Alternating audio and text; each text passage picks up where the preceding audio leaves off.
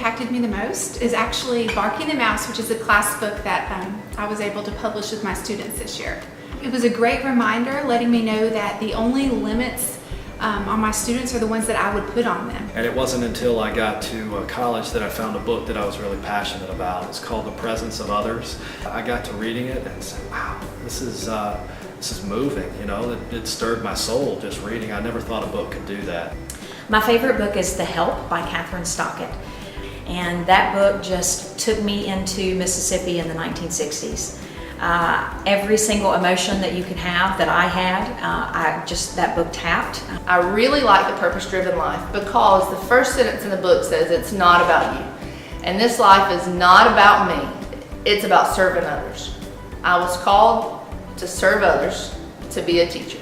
My favorite book would definitely be The Rules. When you're talking about don't judge a book by its cover, the cover of the book is so simplistic. And it's so much more. It's talking about students with disabilities, which my kids can kind of connect to. My mom bought me a book called Ed Emberley's Make a World. And it was a drawing book. It wasn't really a literary work, but a drawing book. And it taught you how to take little shapes and create a world. To Kill a Mockingbird by Harper Lee. It was really the first time that I was ever exposed to differences, racial differences, social differences, and that just had a huge impact. It kind of opened my eyes to what the world was really like instead of the kind of bubble that I was living in. A book that I've read the past couple of years to my students is Because of Mr. Turret. It shows the connection that a teacher has on their students that they may not realize, and then it also shows how much the teacher loves the students. My favorite book is the book that I am reading at the time. I am an avid reader. It's my hobby. I just picked up a Mary Kay Andrews book. It's her latest book. I think it's called The Weekenders.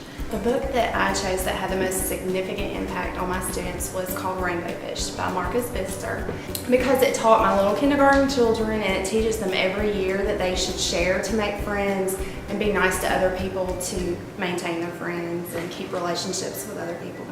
Sometimes when I'm choosing a new book, I will go to the bookstore, and sometimes you're just fascinated by how pretty a cover is, or how, the picture that's on it. Well, that picture is so beautiful, so it must be a great book.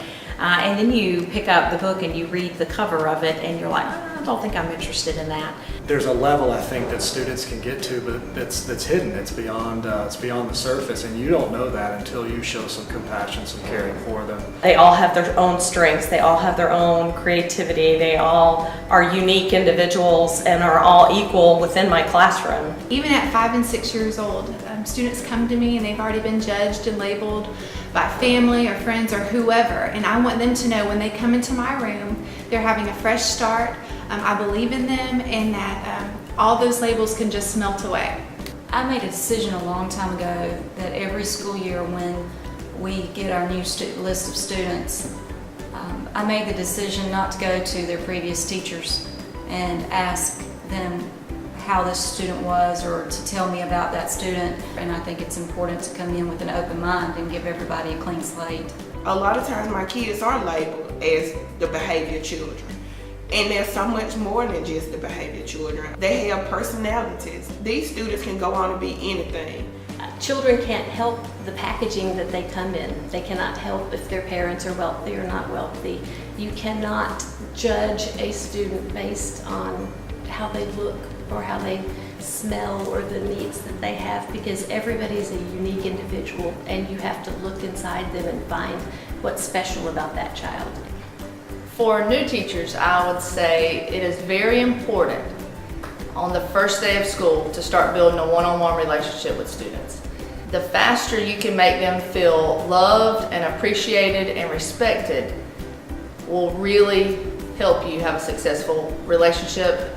But to have patience and just continue to nurture and guide and to be supportive of all their students. Just knowing that these children are relying on me. I always tell them I'm like your mother for 8 hours of the day. We're a family. So it motivates me that I know that I will make the impact on them, and it will help their future and their successes down the road. So I know it's a lot on my plate every day that I'm responsible for. So when they walk into our room, we need to see that the sky is the limit for them. They're going to achieve great things in our classroom.